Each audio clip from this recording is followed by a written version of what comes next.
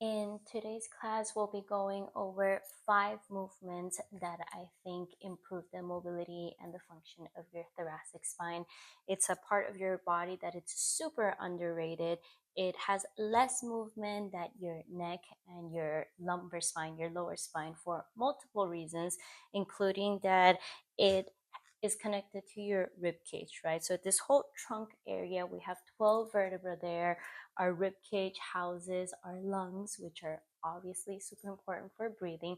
So we're going to do a combination of mobility, strengthening, and myofascial release. So you do need a few props for today's class. You do need your myofascial release balls, a Pilates ball or a bolster, and an elastic band. If you don't have the band, you don't need it, but I do feel like it's good to get a little bit of strength in our thoracic spine. So when we're ready, we're going to start with our first one. I'm just going to explain it first. We're going to be working around our scapula area, so your shoulder blade area. Obviously, shoulder blades, we think of our shoulder and maybe not necessarily our thoracic spine, but we want to think about the body in terms of systems and not isolating parts. So shoulders very much connected to your thoracic spine. I want us to get our shoulders a little bit more mobile so that we can move the shoulders and the thoracic spine together. So when you're ready, we're going to meet on the floor. You'll leave your myofascial release balls in their little tote bag so they stay together, and you'll place them one on top of the other one. And just go ahead and place them so that they are sandwiched in between your spine and your shoulder blade. So I kind of have mine there. Obviously, this space might be wider. You can widen the space by bringing the right arm across and making sure that it's not on shoulder blade yet. So again, it's between that area between your spine and your shoulder blade. And maybe just have your arm resting to your side and take a few breaths. The rollout that we're going to do goes from side to side. So you do need to lift your pelvis slightly to help you with the movement. You're going to lift your pelvis, and this is not one direction, like you're not moving to the side. You're just making the balls move to a specific area. So I lift my pelvis so I can drag the balls over my scapula towards where you think your shoulder starts. I'm lifting my arm so you see here, and then you lift your pelvis again and you bring the balls back towards your spine. And then you just do that a few times. I'm naturally moving my arm a little bit just because that makes me feel good. So when I roll the balls towards my spine, I bring my arm across and then I open my arm. And I really like just leaving the balls right where my shoulder blade meets my shoulder, your humerus, and just letting my arm rest there. You can also move your arm a little bit up and down. So again, with these rollouts, there's no like specific right or wrong. It's just really what works for you. You can also just bend the arm. I'm gonna move towards my spine again and kind of just moving the arm across and out.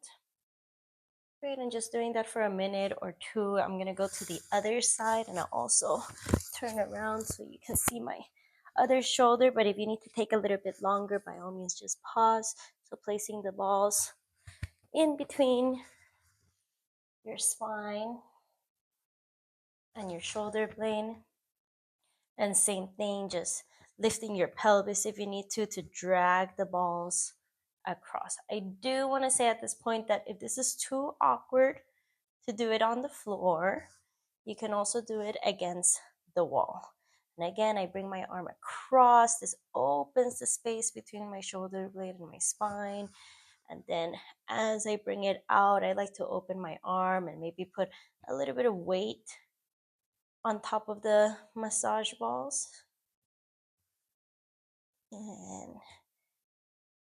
And then same thing, maybe you lower your elbow and you just bring it across. Over. Your scapula is one of the few bones that we actually do roll over just because we have so many of our shoulder muscles, our rotator cuff muscles there. Great. And when you come out of it, you can just take a seat and just take a moment to move a little bit from side to side. And I know we didn't do a before and after, but your shoulders, your scapula should feel like it's gliding a little bit better over your rib cage. Second movement, you're going to be on your back with your arms open into a nice T-spine, and just take a few moments to take a big breath to your belly, followed by the sides of your rib cage. And exhale to let it go. We can do this next exercise with our knees straight or bent. I'm going to start straight. Go ahead and bend your left elbow. And like your hand becomes a tiny spider, start to walk your left hand towards your right hand. Your head can move, your chest can move. So it's like you're rolling onto your right side. Here comes the catch so that we focus on the thoracic spine. You can walk yourself all the way to your right hand. Notice how my left hip lifts up. And from here, you can do a little bit of shearing and just try to drop that left hip down and kind of keep walking your left hand to your right hand, and then slowly bring yourself back.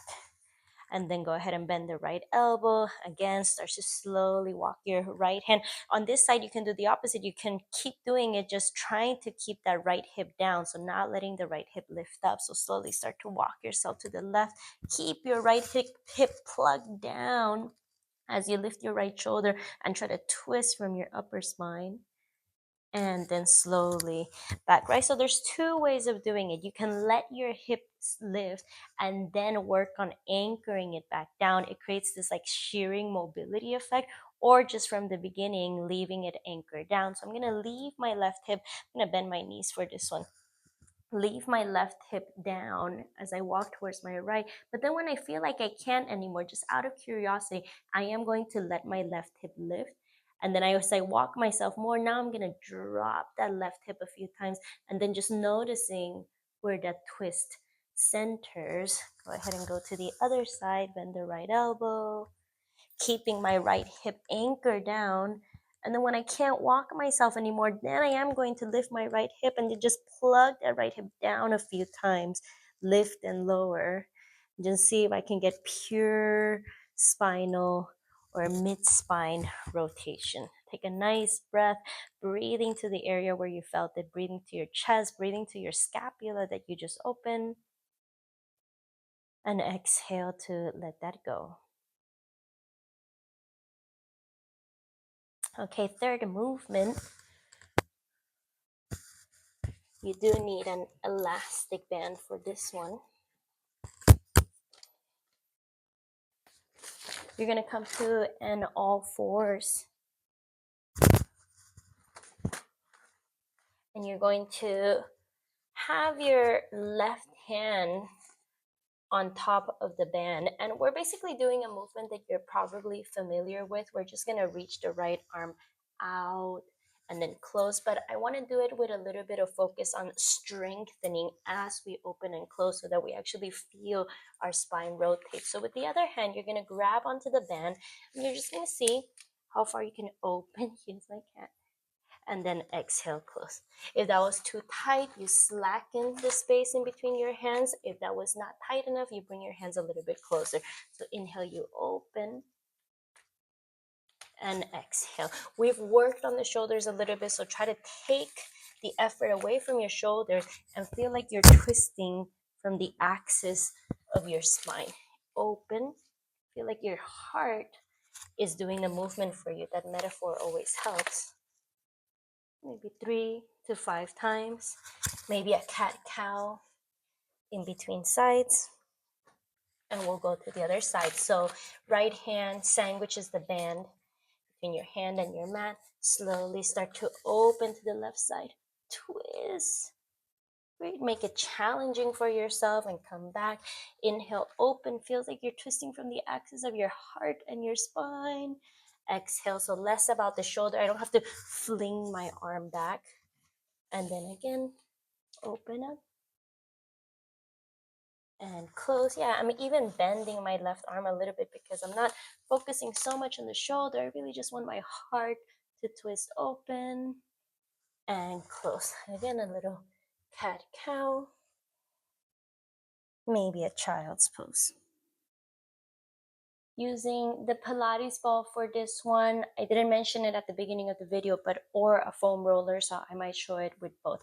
We want to practice our regular extension that I know everybody loves to do, but we want to follow that up with a little bit of rounding, because that's what our thoracic spine, our middle spine sometimes lacks. Like, we're so afraid of losing our posture and being like hunched over that we don't practice flexion, but we do want to have a normal, range of movement of extension and flexion on our middle spine. So Pilates ball, just like how we started at the beginning of class, somewhere in between your shoulder blades.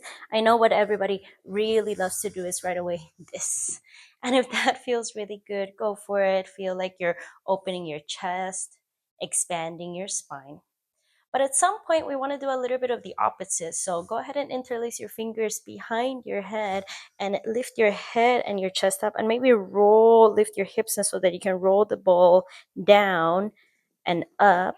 And then at any point, you can open up again and do any variation of opening and closing, and maybe even shearing a little bit to the side and doing circles, just massaging all around your thoracic spine. You can stay with the ball or whatever object you're using. I just want to swap to the foam roller so that you also see what that looks like, but it's pretty similar. You lay on your back, you lift your hips up, you keep your hips lifted, and then maybe you round into flexion, you open into extension, you side bend a little bit, focusing just on your middle spine. See how I'm rolling all the way from my rib cage up towards my shoulders and my shoulder blades, and getting to that whole area and doing a little bit of rounding, a little bit of extending. And with the extension, it is nice to go all the way up to that area that we feel like we're hunching over our neck and getting to those little bones there, your CT junction. It's your cervical thoracic junction. Great, and just rest for a moment. Using the Pilates ball for this one. I didn't mention it at the beginning of the video, but or a foam roller, so I might show it with both. We want to practice our regular extension that I know everybody loves to do, but we want to follow that up with a little bit of rounding, because that's what our thoracic spine, our middle spine sometimes lacks. Like, we're so afraid of losing our posture and being like hunched over that we don't practice flexion, but we do want to have a normal, range of movement of extension and flexion on our middle spine. So Pilates ball, just like how we started at the beginning of class, somewhere in between your shoulder blades. I know what everybody really loves to do is right away this. And if that feels really good, go for it. Feel like you're opening your chest, expanding your spine. But at some point, we want to do a little bit of the opposite. So go ahead and interlace your fingers behind your head and lift your head and your chest up, and maybe lift your hips so that you can roll the ball down and up. And then at any point, you can open up again and do any variation of opening and closing, and maybe even shearing a little bit to the side and doing circles, just massaging all around your thoracic spine.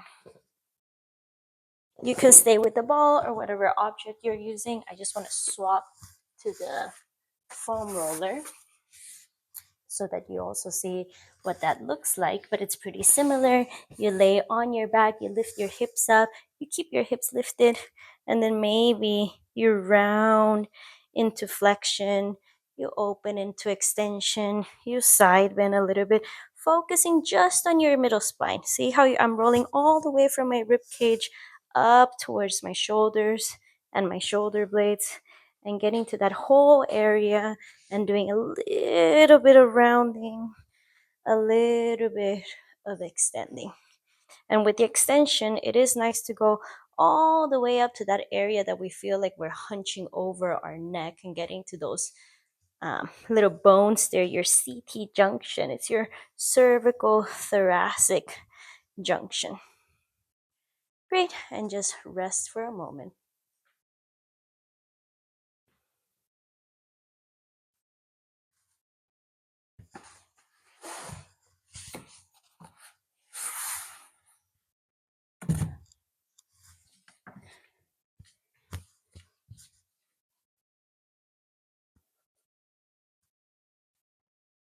And for your last move, you will also be using the Pilates ball or a bolster and a block to support your head.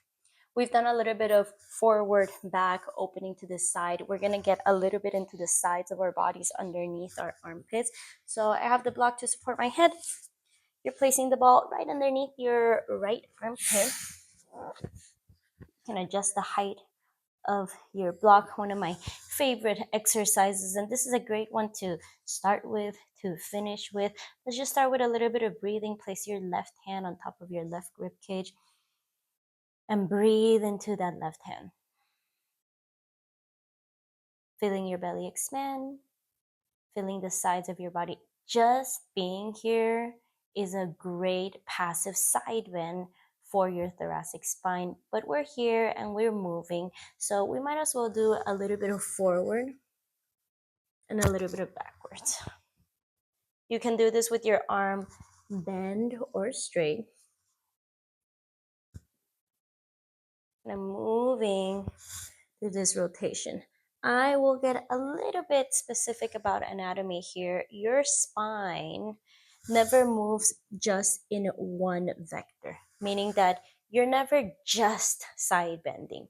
Maybe when you side bend, there's a little bit of rotation. Maybe when you flex, there's a little bit of side bending. So our joints have that ability to do coupling movements. Your middle spine really likes to do side bend and rotation together. So here we're creating a little bit of side bend and we're creating a little bit of rotation. Great. You can involve the leg if you want a little bit. But what I do want you to do here is to keep your knees in neutrals, because if I do something like this, let's say, and I like make the movement way bigger, there's nothing wrong with that, but then that also moves into my lower spine, and for today's class I just want to keep it in my middle spine. Okay, I'm gonna go to the other side. I'm gonna show it with a bolster on this side, just for those of you who don't have a Pilates ball, because you can also just use a big pillow to create that side bend. And my bolster is pretty flat. So once again, just laying over and then maybe just breathing into that right hand. And then when you're ready, maybe just starting small, creating a little bit of rotation forward and back. Eventually involving the arm, you can keep the hand behind your head. And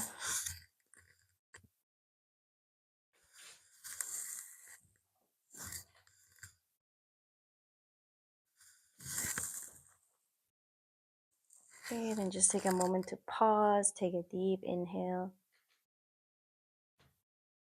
and let it go.